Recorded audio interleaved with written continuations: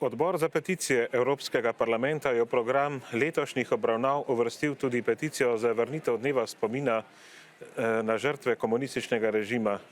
Kakor veste, je v preteklosti vlada dr. Roberta Goloba odpravila ta spominski dan. Glavna pobudnika peticije pa sta evropska poslanka Romana Tomc, ki je tudi z nami, in pa tudi prvopodpisani dr. Mitja Ferenc, zgodovinar. Z nami pa je tudi dr. Jože Možina, zgodovinar in avtor dokumentarnih oddaj o vprašanjih preteklosti. Tako gospod Tomc kot gospod Ferenc sta dejansko že govorila o tem na današnji dopoldanski tiskovni konferenci. Gospod Tomc, na tiskovni konferenci ste dejali, da je velik uspeh že to, da je peticija prišla na dnevni red Komisije za peticije. Kako bi to ocenili? Kaj pričakujete, kakšne učinke bo imela ta seja na prihodnje dogajanje? Ja, res je, to je kar velik uspeh, da se neka peticija uspe uvrstiti na dnevni red. Namreč v Evropski parlament je vloženo ogromno peticij, ki so najprej predmet obravnave, ali so sploh primerne, da gredo naprej ali ne. In že s tem, ko je peticija objavljena na spletnih straneh, kar se je z našo peticijo zgodilo že v lanskem letu, je prvi korak in prvi uspeh. Če pa pride potem celo na sejo odbora za peticije, potem je pa to še toliko bolj pomembno. Namreč vedeti moramo, da mogoče slaba desetina ali pa še toliko ne vseh peticij pride sploh do te faze. Naš namen je, da opozorimo evropsko javnost, evropske institucije, da se v Sloveniji dogajajo stvari, ki se ne bi smele dogajati. Po eni strani, tako kot sem vesela, da je uspelo s peticijo priti na odbor za peticije, me po drugi strani žalosti, da moramo to sploh obravnavati, kajti tega pravzaprav nekateri ne razumejo, zakaj se moramo še vedno ukvarjati s stvarmi, ki jih je Evropski parlament že zdavnaj obsodil. Ampak naslednji korak iz parlamenta pa vodi v slovenski prostor in postavlja pred odgovornost slovensko vlado, slovensko politiko, koalicijo, pa tudi nenazadnje poslance v Državnem zboru, ki naj bi končno potrdili tudi resolucijo, ki je bila že zdavno tega sprejeta v Evropskem parlamentu. Seveda bomo pa vsi skupaj najbolj veseli, če bo vlada prepoznala svojo zmoto, prepoznala to, kako zelo je posegla v srca ljudi, ki so bili izjemno razočarani ob ukinitvi dneva spomina, in da se ta dan spomina vrne nazaj v naše življenje. Se pravi, vaše sporočilo, poziv aktualni vladi je pravzaprav tak, da se ta spominski dan vrne in da tudi se začnejo obravnavati ta vprašanja spet na primarni ravni, tako da bo tudi komisija za urejanje vprašanj prikritih grobišč lahko začela normalno delovati, če sem prav razumel. Ja, to bi nekako tako bi se moralo zgoditi, a ne? Gospod dr. Ferenc, kako pa vi kot prvopodpisani na peticiji lahko mogoče opišete tudi kakšne svoje izkušnje v zadnjem času z delovanjem Komisije za reševanje vprašanj prikritih grobišč? Je delo spet ustavljeno? Kako poteka? No, tako bi rekel, nekako razumemo, da je 45 let v enopartijskem sistemu, da so bile zadeve zabrisane, da te grobovi niso smeli obstajati in da tudi sorodniki pravzaprav niso smeli žalovati. Nam gre pa težko zdaj, da smo že 33 let v samostojni demokratični Sloveniji, pa se še vedno ukvarjamo z temeljnimi civilizacijskimi in humanističnimi stvarmi, ki jih je poznala že Antigona, to je pravica do pokopa in pa do spomina. Trenutno imamo največji problem, pokop romskih žrtev, za katerega vemo, da je bil torej predvsem iz Iške vasi, pa tudi drugi grobišč, torej 17. maj 1942 je tisti dan, ki ga je vlada Janeza Janše izbrala kot dan spomina za žrtve komunističnega nasilja, kajti tistega dne, 42. leta, je bil največji pomor civilnega prebivalstva do takrat v drugi svetovni vojni na Slovenskem. In to predvsem, torej gre za civiliste, predvsem pa to, da je več kot polovica bila otrok. Druga stvar, ki pa nas seveda žalosti in s katero se moramo ukvarjati, je pa pokop torej 3400 torej skeletnih ostankov, 3400 ljudi, ki smo jih iznesli iz Macesnove gorice. Dilema izvršne oblasti je, oziroma sploh ni dilema, ker se z njo ne ukvarja, ampak nekako bo mogla, torej imamo težave z pokopom, z pokopnim mestom, kar se nam zdi nekaj popolnoma nerazumljivega v letu 2024. In če govorim še to, 33 let sem tako ali drugače soudeležen z vladno komisijo za reševanje vprašanj prikritih grobišč. Vedno gre za dva koraka naprej, pa en korak nazaj. Vsaka vlada nekaj naredi, pa druga potem nekaj podre.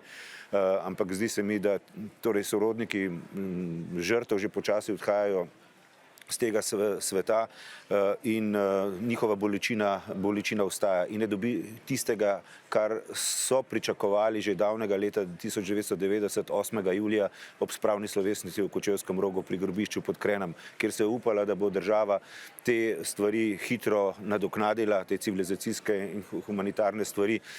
Pa je preteklo že 33 let, pa se nažalost še vedno s tem ukvarjamo in nažalost tudi s tem v Evropskem parlamentu, ker nas nekako premalo se sliši oziroma premalo je tega interesa, tega naboja, da bi te stvari rešili doma.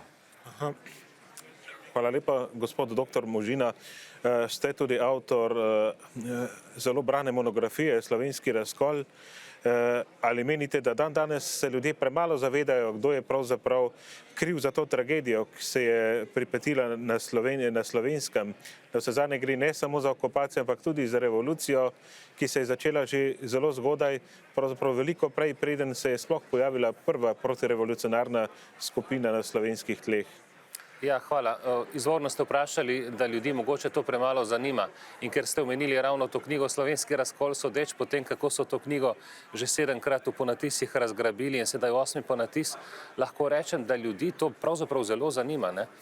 Ker preteklosti ne samo, da je vsaka naša družina, vsak od nas nekako posledično soočen s tem, kar se je dogajalo in je na tej ali drugi strani bil njegov prednik udeležen, ampak tudi travme, ki so se pač zgodile med drugo svetovno vojno. In veste, da je vojna torišče travm.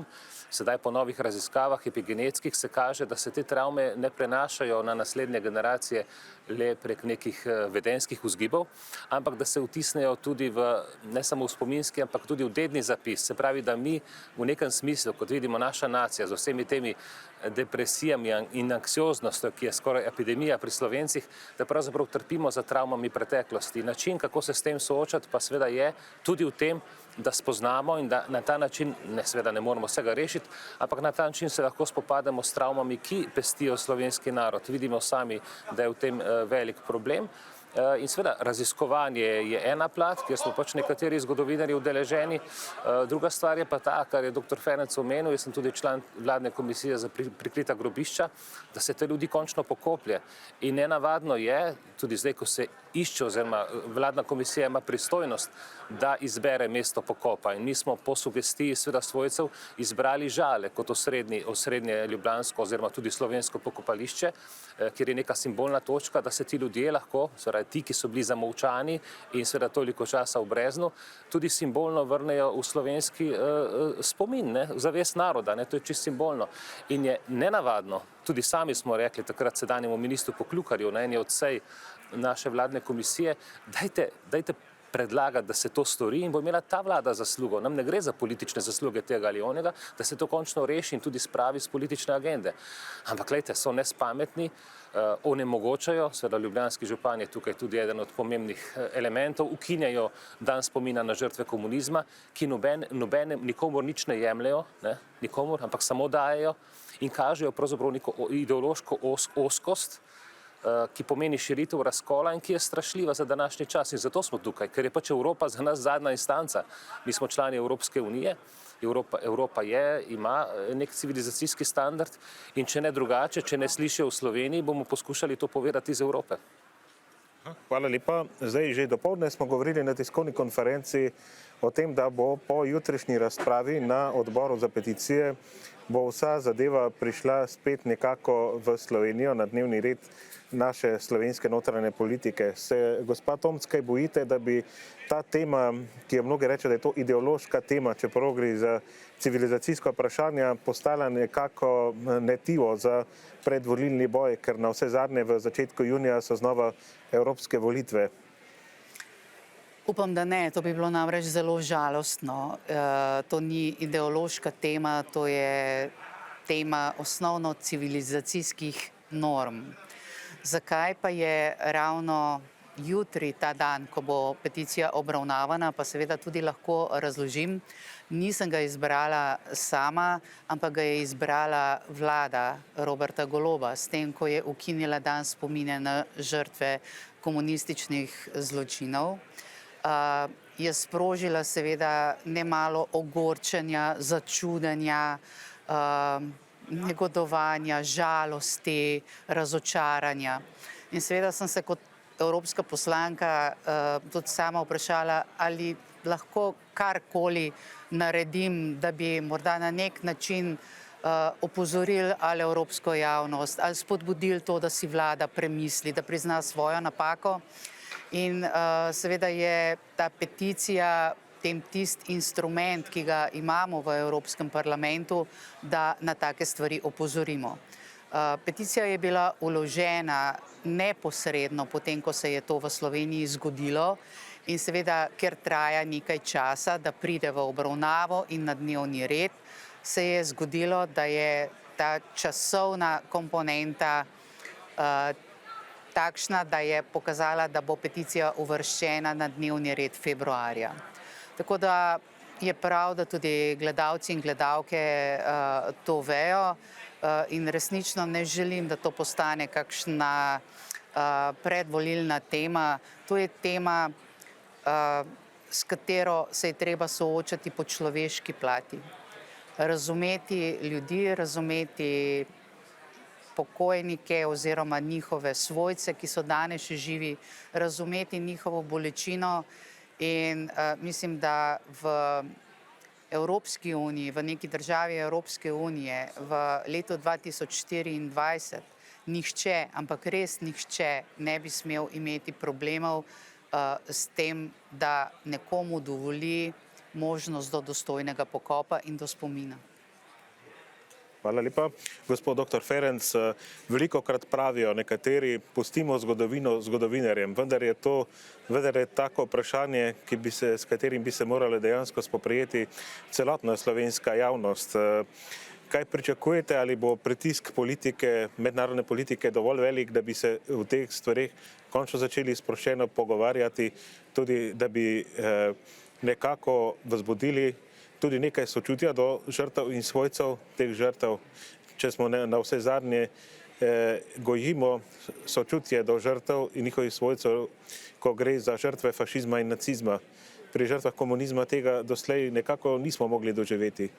No, vse resolucija o evropske zavesti in totalitarizmu pravi, torej, da se je treba spominjati vseh žrtev vseh treh totalitarizmov. Problem je, da pri nas žrtve enega od teh totalitarizmov, da so obravnavane drugače oziroma niso obravnavane. Medtem, ko mi seveda ohranjamo borbo oziroma upor proti ostalem dvema totalitarizma kot neko vrednoto, pa za žrtve komunizma ne najdemo niti dneva spomina. Torej, ne gre samo za žrtve, ki so bile pobite takoj po drugi svetovni vojni, gre tudi za zapornike v taboriščih, gre za prisilne izgone iz kraja bivanja, gre za žrtve zmontiranih sodnih procesov, nasilnih razlastitev premoženja, streljanja na državni meji. Vsem tem ljudem in njihovim sorodnikom je bil ta dan spominjanja odvzet in pravzaprav vlada ni razumela, da je s tem ni zaznala, ni prepoznala in da ima en del naroda bolečine, ki so še vedno nezaceljene, ne?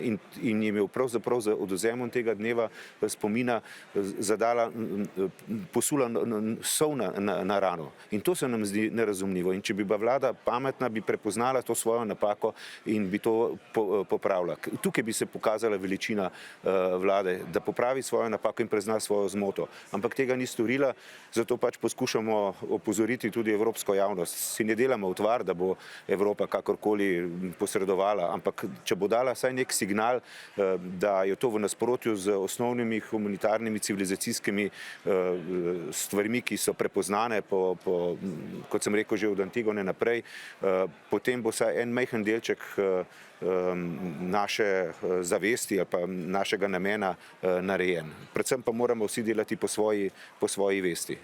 In to pričakujemo tudi od drugih, predvsem od organov naše izvršne in druge oblasti v sami državi Sloveniji.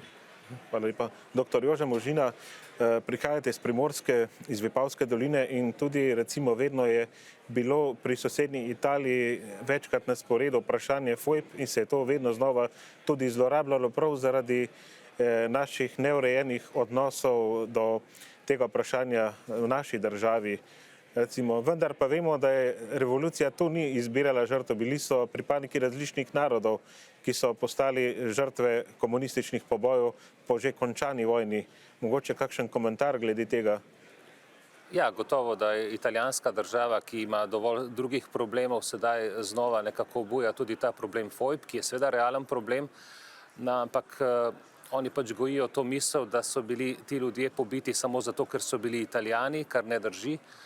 Bili so pobiti po razrednem ključu in med njimi so seveda tudi Slovenci, Nemci, celo predstavniki judovske skupnosti. Žal je to velik madež tudi za slovensko zgodovino, ker končno mi Primorci smo naši predniki so krvaveli pod fašističnim režimom, ogromno se jih je takrat izselilo, uničevali so slovenski živelj po defaultu. Italijani so kot okupatorji v Ljubljanski pokrajini od aprila 1941 do septembra 1943 povzročili ogromno smrtnih žrtev, več kot 6000, ne. In seveda tudi po vojni Jugoslavija zahtevala izročitev italijanskih vojnih zločincev. Sam sem tudi bral že zagovore italijanskih visokih častnikov in generalov, ker so se na to pripravljali, ampak prav zaradi pobijanja, se pravzaprav fojbe so kraška brezna, fojbe so v nekem smislu huda jama oziroma še bolj kočevski rok, ne. Prav zato je seveda Jugoslavija potem morala obmolkniti in na nek način smo vendarle Slovenci v smislu neke zrelosti, tudi to, kar mi tukaj počnemo, pokažemo tudi seveda na grehe, ki jih je povzročil komunistični režim, hkrati pa enačimo po istih kriterijih nacionalni socializem, fašizem in tudi komunizem glede žrtev. Pri žrtvah ne sme biti nobenih razlik. Medtem ko pa mislim, da ima Italijani tukaj še zmeraj velik problem in kot Primorec, seveda daleč od tega, da bi fojbe kakorkoli omalovaževal, ampak menim, da bi se oni morali v svojem šolskem sistemu in tudi v medijih zavedati, kaj je bilo prej, kaj je bila doba fašizma na Primorskem in kaj je bila doba okupacije Ljubljanske pokrajine. Torej, jutri 14. februarja ob 10:30 dopoldne, se pravi, se obeta ta seja, ta točka pravzaprav na dnevnem redu. To bo ravno na pepelnico, kar je v bistvu tudi zelo sporočilno. Kakšne pričakovanja imate neposredno od obravnave te točke, gospa Tomc? Pričakujem, da bo prisotnih nekaj poslancev, ki bodo izrazili svoja stališča glede peticije, iz različnih političnih skupin bodo. Verjamem, da naši kolegi na skrajni levici bodo najbrž rekli kakšno kritično. Na drugi strani pa bomo mi skušali pojasniti, koliko se v tem kratkem času, ki nam bo na voljo, da pojasniti, zakaj v bistvu gre. Kajti mnogi dejansko, ki niso trpeli tako kot je trpel slovenski narod, ki ne delijo enake zgodovine, ki so že zdavnaj razčistili s tistimi stvarmi, ki danes v Sloveniji še vedno so predmet spora, tisti nekako ne razumejo. Nas ne razumejo, ker menijo, da bi morali s tem že davno opraviti. In če jim bomo na primeren način razložili, verjamem, da bodo tudi razumeli. Kot pa rečeno, nadaljevanje pa sledi v Sloveniji. Pričakujemo, da bojo oblasti, da bo vlada, koalicija, državni zbor opravili svojo nalogo, ne zato, ker bi jim Evropski parlament to zaukazal, ker tega jim ne more narediti, ampak zato, ker čutijo moralno dolžnost, da to storijo, da popravijo te krivice, ki so jih storili. Hvala lepa. In tu mogoče tudi isto vprašanje tudi za vaju, kot zgodovinarja in kot publicista imate verjetno tudi neka pričakovanja od obravnave jutrišnje točke. Seveda bi si zelo želeli, da bi mogoče neka inštitucija Evropskega parlamenta prišla v Slovenijo, si ogledala problematične stvari, ki nas čakajo in ki se nalagajo za reševanje, in da bi morda opozorila, da je odnos torej, do enih vrste žrtev ne sme biti drugačen od žrtev drugačnih. Torej, da mora biti to, kar se tiče saj pravice pokopa, da se torej to ponovno vrne v spominjanje torej vseh treh totalitarizmov, mora biti spominjanih za vse enak. Ne? Ja, absolutno. Ne. Mi pričakujemo pozitivne signale iz Evrope, absolutno ne negativnih ne. Se mi zdi pa res dobra ideja, da bi mogoče te nejevirne Tomaže, ne, ki nekako ne morejo verjeti, da se mi še zmeraj ukvarjamo s pokopom ljudi iz druge svetovne vojne, povabili v Slovenijo. Vam rečem, da kdor je obiskal Kočevski Rog, Brezno pod Krenom ali pa seveda še bolj sedaj Macesnovo Gorico, sploh pa Hudo jamo, se ven ni vrnil enak. Ne? Mislim, če ima človek nekaj srca, pridobi tudi tisto občutljivost, tudi če gre recimo za politične nasprotnika, karkoli. In vem, da je predsednik Pahor bil prevzet in je potem tudi nekako zelo tvorno prispeval k spravnim korakom v Sloveniji, tako da morda bi bil to lahko naslednji korak, če jutri to ne bo zaleglo. Treba opozoriti, torej, da se je pač na slovenskih tleh po koncu druge svetovne vojne zgodil pomor velikega števila ljudi, ne samo Slovencev. Za Slovence smo jih prešteli, da je bilo takoj po vojni pomorjenih 15 000, ampak tukaj so še Nemci, Italijani, Madžari, Bošnjaki, Črnogorci, Srbi, Hrvati, ki jih je konec vojne zasegel na slovenskih tleh in so doživeli pač to kruto žalostno usodo in tudi potem to odločbo komunističnih voditeljev o izbrisu iz javnega spomina. To želimo popraviti. To na nek način smo Slovenci, na žalost, verjetno Mitja, rekorderji po številu grobišč na 1000 prebivalcev.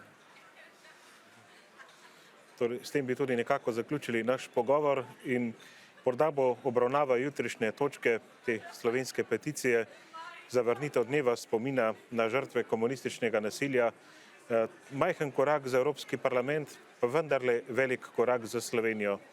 S temi željami se nekako tudi oglašamo iz Bruslja in upamo na to, da bo jutrišnja obravnava sprožila mogoče kakšen nov spravni proces na Slovenskem, kjer bo končno prišlo